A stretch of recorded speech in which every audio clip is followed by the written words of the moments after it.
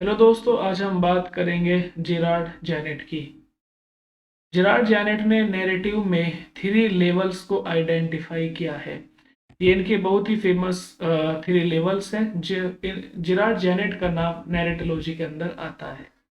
जैसे इससे पहले रोमन याकब्सन का नाम इसमें इसके अंदर आता है। इसी तरह जेरार्ड जेनेट ने भी नैरेटिव के अंदर और एक तरह से नैरेटोलॉजी के अंदर काफी वर्क किया है।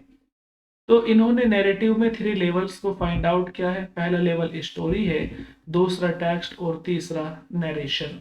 तो सबसे पहले हम स्टोरी को देख लेते हैं। स्टोरी को जेरार्ड जेनेट ने हिस्टोयर के नाम से भी याद किया है, यानी उन्होंने जो स्टोरी का नाम दिया है वो हिस्टोयर दिया है। अब ये स्टोरी या हिस्टोयर ये होते क्या है, कह रहे हैं is the larger set of narrated events arranged in chronological fashion. Story जो होती है वो एक तरह का सेट होता है इवेंट का, कि जितनी भी घटनाएं हैं उन घटनाओं का जो एक सेट होता है उनको स्टोरी बोलते हैं। और ये सेट स्टोरी जो है और ये जो इवेंट्स हैं, जो घटनाएं हैं, ये एक क्रोनोलॉजिकल ऑर्डर में अरेंज की गई होती हैं। कह रहे हैं कि ये इस बात से कोई फर्क नहीं पड़ता कि किस तरह से उनको टेक्स्ट के अंदर प्रेजेंट किया गया है। तो स्टोरी बेसिकली स्टोरी क्या होती है, सेट ऑफ नैरेटेड इवेंट्स, यानी जो इवेंट्स हैं, जो घटनाएं हैं, उनको सेट बनाया जाता है। जब उनको अरेंज किया जाता है, एक समूह के अंदर रखा जाता है, तब हम उसको बोलते हैं स्टोरी। और ये क्रोनोलॉजिकल ऑर्डर में अरेंज की जाती हैं। यहाँ पर आप और आसान तरीके से देख सकते हैं कि एक स्टोरी जो होती है वो इवेंट्स का एक ग्रुप होती है, इवेंट्स का एक समूह होती है। और स्टोरी फिक्शनल भी हो सकती है और रियल भी हो सकती है। ठीक है, स्टोरी क्या होती है, story is a group of events, यानी घटनाओं का एक समूह, घटनाओं का एक ग्रुप स्टोरी कहलाता है।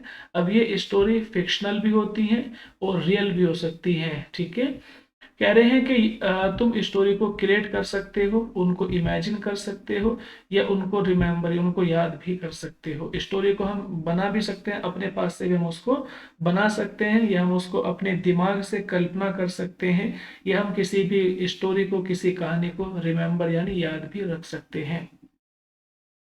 कह रहे हैं कि जब हम किसी से ये बताते हैं कि this happen to me today, कि मेरे साथ आज ये घटना घटित हुई है, तो हम उनको उस समय एक कहानी बता रहे होते हैं। कि जब हम किसी को बताते हैं ना कि आज मेरे साथ ऐसा हुआ या कल मेरे साथ वैसा हुआ था, तो उस समय हम उसको एक स्टोरी बताते हैं, एक घटनाओं का एक क्रम बता रहे होते हैं। तो स्टोरी समझ आ गया होगा। स्टोरी क्या है कि a story is a group of events. और दूसरा, स्टोरी फिक्शनल भी हो सकती है, रियल भी हो सकती है। स्टोरी को क्रिएट भी किया जा सकता है, इमेजिन भी किया जा सकता है, और इसके अलावा उसको याद भी रखा जाता है। एग्जाम्पल यहाँ पर ये है कि जब हम किसी को ये बताते हैं कि मेरे साथ आज ये हुआ है।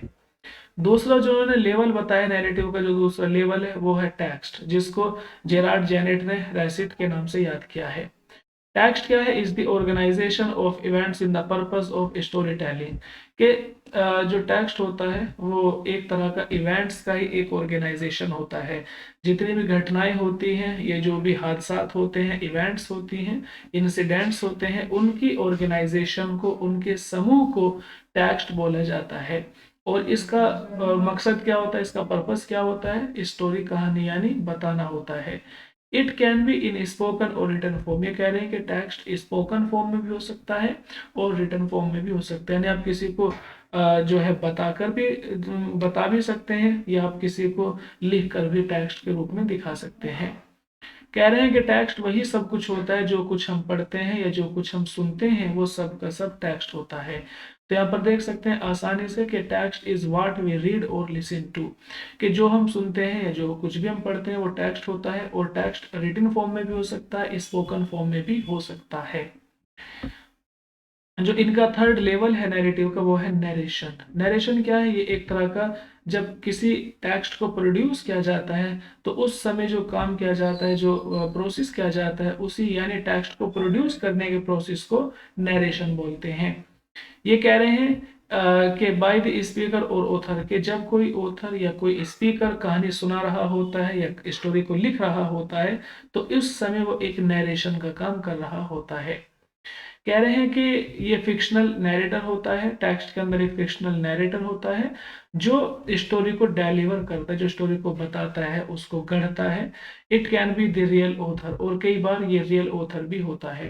तो नरेशन क्या है? नरेशन बेसिकली एक टेक्स्ट को प्रोड्यूस करने के प्रोसेस को बोलते हैं।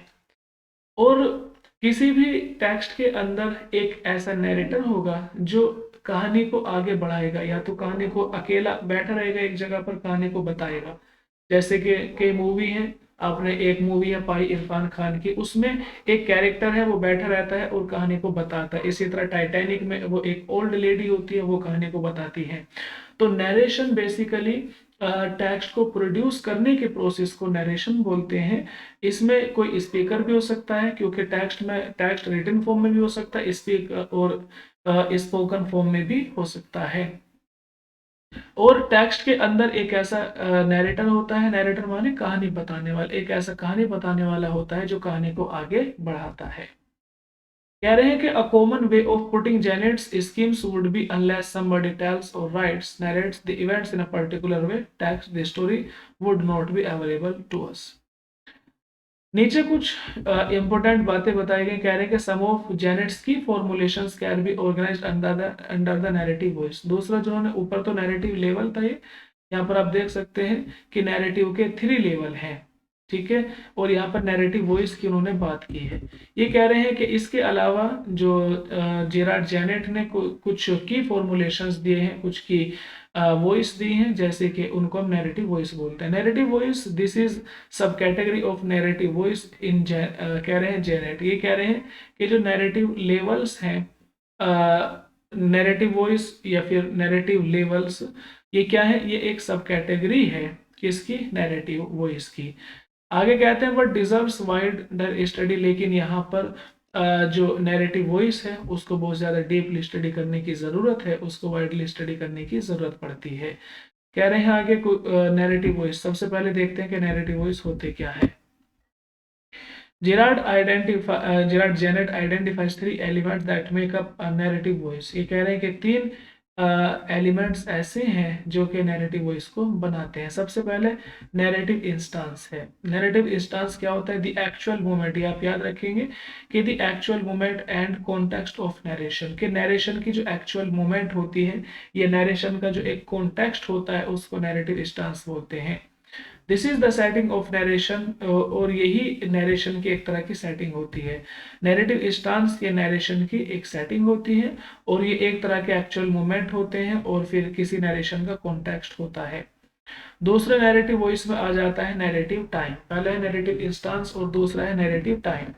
कह रहे हैं नैरेटिव टाइम में यहाँ पर वर्ब्स और उनके जो सेंटेंस आते हैं जो कि प्रेजेंट को बताते हैं या पास्ट को बताते हैं या फ्यूचर को बताते हैं, ऐसे वर्ब या ऐसे टेंसेस जो कि प्रेजेंट, पास्ट और फ्यूचर को बताते हैं, उन्हें नैरेटिव टाइम बोलते हैं।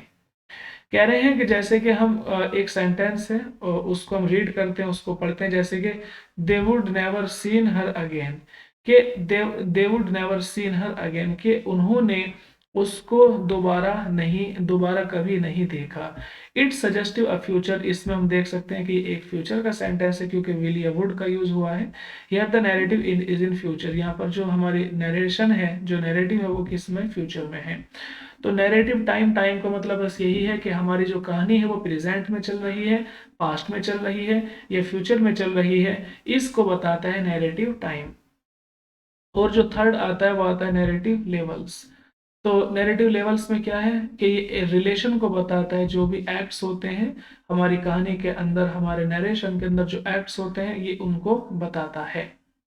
ठीक है। Is based on who is doing the narrative, first person और द थर्ड पर्सन, यानी जो एक्ट कर रहा है, नरेशन का जो काम कर रहा है, जो उसके अंदर एक स्पीकर है, जो नैरेटर है, वो किस लेवल का नैरेटर है? वो फर्स्ट पर्सन नैरेटर है या फिर वो थर्ड पर्सन नैरेटर है? तो नैरेटिव लेवल्स में हमें ये देखना होता है कि कहानी बताने का काम कौन सा पर्सन कर रहा है, थर्ड पर्सन नैरेटर या फर्स्ट पर्सन नैरेटर कर रहा है। तो ये हम नैरेटिव लेवल्स में पढ़ते हैं। कह रहे हैं कि फर्स्ट पर्सन क्या होता है? इस पॉइंट में हम देखते हैं कि a character typically the protagonist. First person में हम देखते हैं कि इसमें जो कहानी बताने वाला होता है, जो नैरेटर होता है, वो बेसिकली एक प्रोटोगोनिस्ट होता है। ठीक है।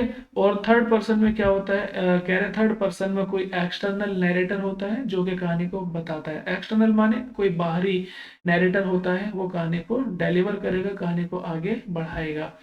तो इस तरह से हम देख सकते हैं कि जेरार्ड जेनेट ने नैरेटिव के 3 लेवल्स बताए थे। सबसे पहले उन्होंने स्टोरी की बात की थी। स्टोरी आप देख रहे हैं कि स्टोरी इवेंट्स का ग्रुप होता है। स्टोरी फिक्शनल भी हो सकती है, रियल भी हो सकती है।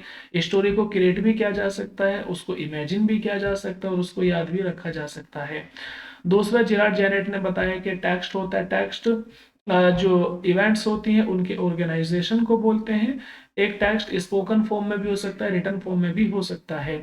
टेक्स्ट वही है जिसको हम या तो पढ़ते हैं या फिर हम सुनते हैं, वो टेक्स्ट होता है।